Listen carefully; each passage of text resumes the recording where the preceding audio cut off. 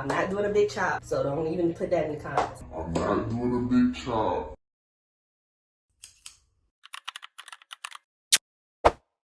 So I fought it and I fought it, but my trim turned into a big chop. And honestly, I'm happy that it did.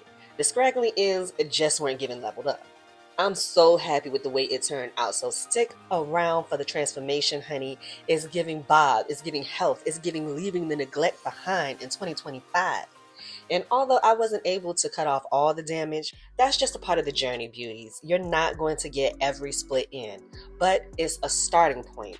And speaking of fresh starts, I couldn't have chosen a more perfect time because fall is my favorite season, with spring being a close second, but it's just something about fall. The crispness of the air, the way it smells, the changing of the leaves. I grew up in Virginia and now I live in North Carolina, so falls here are amazing. And in some cultures, the fall marks the beginning of a new year. So I feel like this haircut is symbolic for me. It's representing, cutting off everything that doesn't serve me and entering a new season of leveling up. Because although I've been on my level up journey for a while, it's time to kick it up a notch. If I'm being honest, what I was calling self-care in the past was the bare minimum. It felt leveled up at the time because I was in such a low place in my life that just doing the basics was leveling up. But your girl's been putting in work, and this haircut symbolizes that. I'm in a new state, a new house, a new baby. A new haircut is only natural. But let's not get too deep into the video without me introducing myself. What's up, y'all? I'm Danielle, your level up partner in crime, in self-love, in self-care. And over here, we're in relentless pursuit of self-improvement. So if that's you, hit that subscribe button. Let's hold each other accountable. Let's root each other on.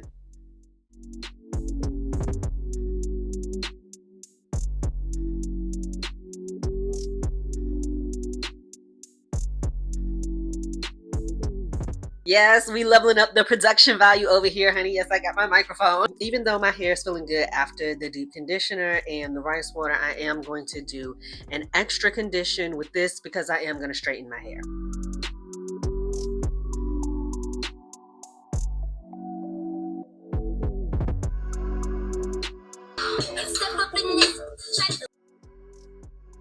So I think I want to invest in a flat iron. I like my straightening comb, but it just doesn't get my hair sleek like I want it. Now that could be because of the damage. It could be because I sweat when I heat style my hair. But either way, I need some good, affordable flat iron recommendations. So y'all let me know what your tried and true flat iron is. And recommend some styling products too. My next goal is learning how to style my hair in a way that looks professional and polished when I'm done. I'm tired of the flyaways because for me, it's not natural hairstyles that look childish like some people are trying to convince us. For me, it's having flyaways everywhere.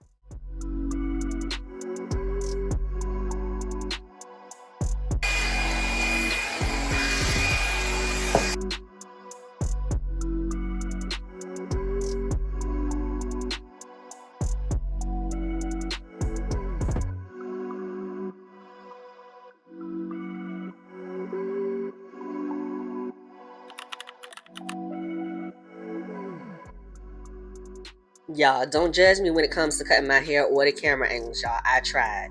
It's hard cutting your own hair, especially trying to do it in the camera. And before you say, why didn't I go to the salon? Look, I'm from the South. We don't let just everybody touch our heads. So I'm following along to Deeper Than Hair's trimming tutorial. I've been using her method for years. Now, I'd be lying if I didn't say I was nervous about cutting my hair this short again. Buns are my comfort zone. They're my go-to style. But I decided to choose health over length.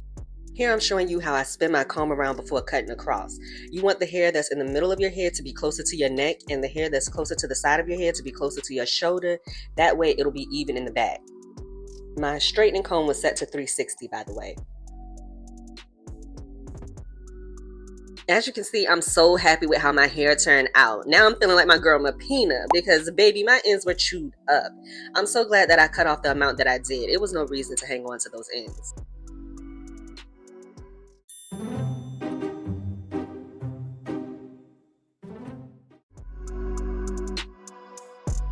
Oh my God.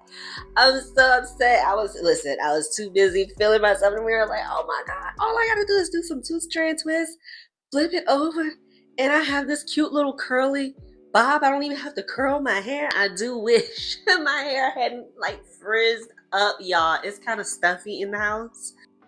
Okay, y'all. So I just realized I just shot that whole video, my whole outro, and I was looking at the wrong spot because I like to have my green dot over here because I naturally like to look over here, but the green dot is over here right now. And so I just recorded a whole outro looking in the wrong spot.